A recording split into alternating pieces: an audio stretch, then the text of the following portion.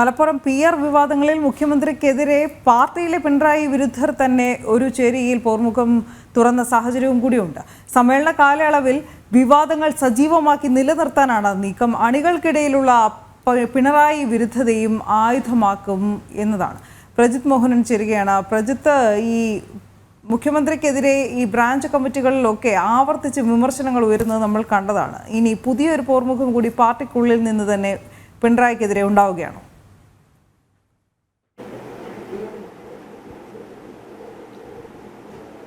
ഈ മലപ്പുറം പരാമർശം, PR വിവാദം എന്നിവയെല്ലാം അങ്ങനെ CPM-ൽ കെട്ടടങ്ങില്ല എന്നുള്ളതാണ് ഇപ്പോഴുണ്ടാകുന്ന ഈ പാർട്ടിക്കുള്ളിലെ ചോദ്യം ചെയ്യൽ തന്നെ സൂചിപ്പിക്കുന്നത്. പ്രത്യേകിച്ച് പിണറായി വിജയൻ എന്ന നേതാവിനെതിരെ വിഭാഗീയതയുടെ കാലത്തല്ലാതെ ഇത്തരം വലിയ രീതിയിലുള്ള വിമർശനങ്ങൾ പോലും ഉയരാത്തൊരു സാഹചര്യം പാർട്ടിക്കകത്തുണ്ട്. അതിനുശേഷം ഇപ്പോൾ വിഭാഗീയതയുടെ കാലമൊക്കെ കഴിഞ്ഞു. ഇപ്പോൾ പിണറായിയാണ് പാർട്ടിയിൽ സർവശക്തൻ എന്നുള്ളതാണ്.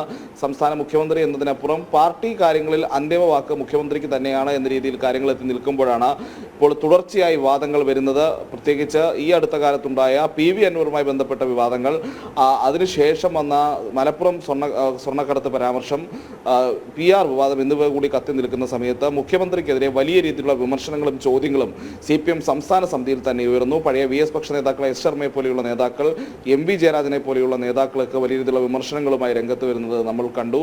അതുപോലെ തന്നെ മുഖ്യമന്ത്രിയെ ഈ മലപ്പുറം പരാമർശത്തിന്റെ ഡാമേജ് ഉണ്ടാക്കുന്നതിന്റെ ഉത്തരവാദിത്തം ആർക്കാണ് എന്ന രീതിയിലുള്ള ചോദ്യങ്ങൾ പോലും ഉന്നയിക്കുന്ന ഒരു സാഹചര്യമുണ്ട്. ഇത് മുഖ്യമന്ത്രിയെയും അതോടൊപ്പം തന്നെ കേരളത്തിലെ രാഷ്ട്രീയ കേന്ദ്രങ്ങളെയും ഒക്കെ വലിയ രീതിയിൽ ഞെട്ടിച്ചിരുന്നു. കാരണം പിണറായി വിജയനെതിരെ ഇങ്ങനെ ഒരു ചോദ്യം ചെയ്യലിന് ഈ രണ്ടാം നിര നേതാക്കളൊക്കെ തയ്യാറാകുമോ എന്നുള്ളതൊരു ആശ്ചര്യം പോലെയായിരുന്നു. എന്തായാലും അത് ഒരു കൃത്യമായ പദ്ധതിയുടെ അടിസ്ഥാനത്തിൽ തന്നെയാണ് ഈ ചോദ്യം ചെയ്യലുകൾ എന്നുള്ളതാണ് ഇപ്പോൾ നമുക്ക് മനസ്സിലാക്കാൻ കഴിയുന്നത്. പ്രത്യേകിച്ച് CPM-ന്റെ സമ്മേളനങ്ങൾ തുടരുന്ന സമയമാണ്. ഈ സമ്മേളന കാലയളവിൽ തന്നെ ഈ വിവാദങ്ങൾ സജീവമാക്കി നിലനിർത്തുകയും അതോടൊപ്പം പാർട്ടിയുടെ കീഴ്ഘടകങ്ങളിൽ ഈ വിഷയം ചർച്ചയാകുന്ന രീതിയിൽ മുഖ്യമന്ത്രി പിണറായി വിജയനെതിരെ ഒരു ചർച്ച ഉണ്ടാകുന്ന രീതിയിൽ കാര്യങ്ങൾ കൊണ്ടുവരാനാണ് പിണറായി വിരുദ്ധരായ നേതാക്കൾ ലക്ഷ്യമിടുന്നത്. പ്രത്യേകിച്ച് അണികൾക്കിടയിൽ PV അൻവറിന് ലഭിക്കുന്ന വലിയ പിന്തുണയ്ക്ക് കാരണം മുഖ്യമന്ത്രിയോടുള്ള എതിർപ്പാണ് എന്നുള്ളത് നേതാക്കൾ വിലയിരുത്തുന്നുണ്ട്. ഈ എതിർപ്പ് പരമാവധി ഉപയോഗിക്കുക, ആളി കത്തിക്കുക എന്നുള്ളത് തന്നെയാണ് പിണറായി വിരുദ്ധരുടെ നീക്കം എന്ന് പറയുന്നത്. ആ നീക്കത്തിന്റെ ഭാഗമായി തന്നെയാണ് ഇത്തരം ചോദ്യങ്ങൾ ഉയരുന്നത്.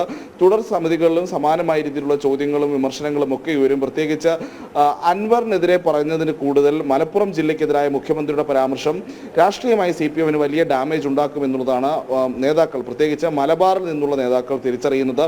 വരുന്ന തദ്ദേശ തെരഞ്ഞെടുപ്പിലടക്കം വലിയ തിരിച്ചടി ഉണ്ടാകുമെന്നും ഈ നേതാക്കൾ ആശങ്കപ്പെടുന്നുണ്ട്.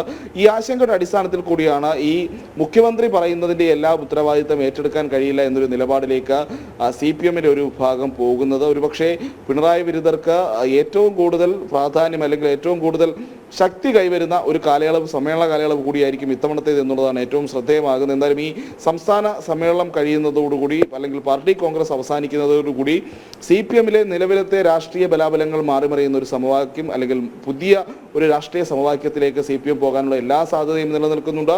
ഈ തുടർ വിവാദങ്ങൾ ഒരുപക്ഷെ മുഖ്യമന്ത്രിയുടെ പാർട്ടിയിലെ പിടി അത് നയിക്കാനും കാരണമാകുമെന്നുള്ളതിലും തർക്കമില്ല. എന്തായാലും വിമർശനങ്ങൾ തുടരുകയാണ്.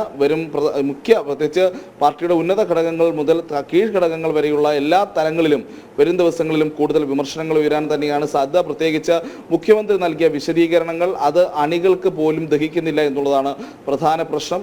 അതുകൊണ്ട് തന്നെ ഈ വിഷയങ്ങൾ സജീവമാക്കി നിർത്താൻ നേതാക്കൾക്ക് വലിയ രീതിയിൽ ബുദ്ധിമുട്ടേണ്ടി വരുന്നില്ല. കാരണം നവമാധ്യമങ്ങളെല്ലാം CPM ഹാൻഡിലുകളിൽ നിന്ന് അടുത്ത കാലത്ത് നമ്മൾ ശ്രദ്ധിക്കുന്നത് ഇപ്പോൾ P ജയരാജനെയൊക്കെ പിന്തുണയ്ക്കുന്ന പലരുടെയും Facebook ഹാൻഡിലുകളിൽ നിന്ന് മുഖ്യമന്ത്രിക്കെതിരെ ദിവസം എന്ന രീതിയിലാണ് പോസ്റ്റുകൾ വരുന്നത്.